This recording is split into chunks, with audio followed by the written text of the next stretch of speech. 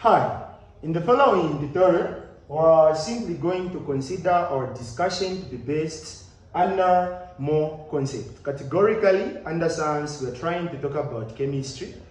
And our question will require how best we can be able to come up with a well-balanced chemical equation. And in some other exams, the question can also be able to demand to clearly indicate the state symbols.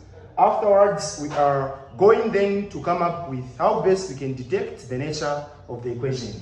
The question says, sodium reacts with hydrochloric acid to produce sodium chloride and hydrogen gas. To answer this particular question, we are firstly going to understand that this is a descriptive type of a statement that contains unnecessary words that are going to help us in order to come up with the exact chemical equation. Then on A, write a balanced chemical equation for the reaction above.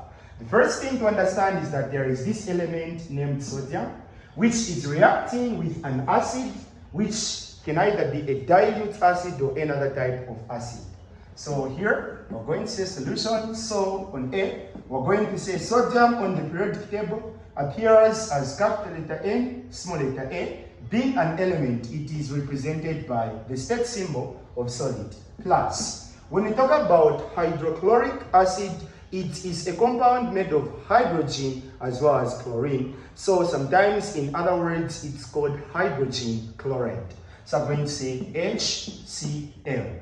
And this is going to be aqueous. But when an element that is more reactive is trying to react with a compound or a substance which has the presence of hydrogen, hydrogen is then displaced from its compound and forms a gas on the product. So sodium will displace hydrogen, thereby reacting with chlorine and producing sodium chloride, which we can say aqueous, then plus. Then talking about hydrogen, it's always a gas, so here we're going to say H2.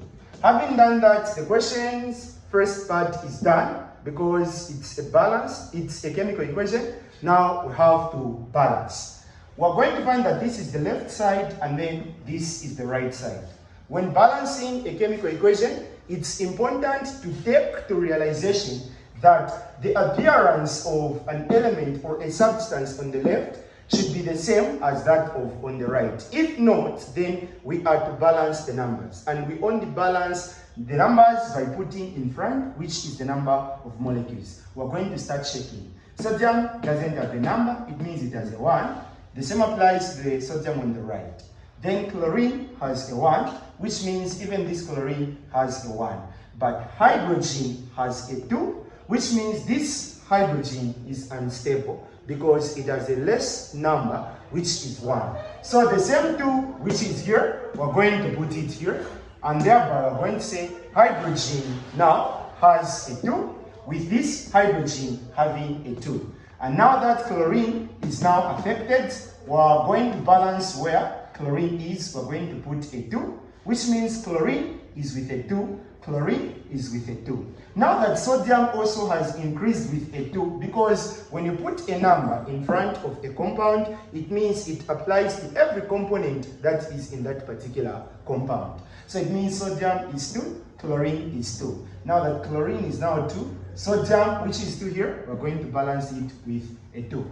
Having done that, it means we've written a well-balanced chemical equation, including state symbols. Considering B is trying to say what type of a reaction is illustrated in A above. Considering that sodium is an alkali being in group 1, as an example of those which are the most reactive element, is going to displace hydrogen from its compound, thereby reacting with chlorine to make this product, and hydrogen forming a gas later on, which means to say this is a displacement reaction.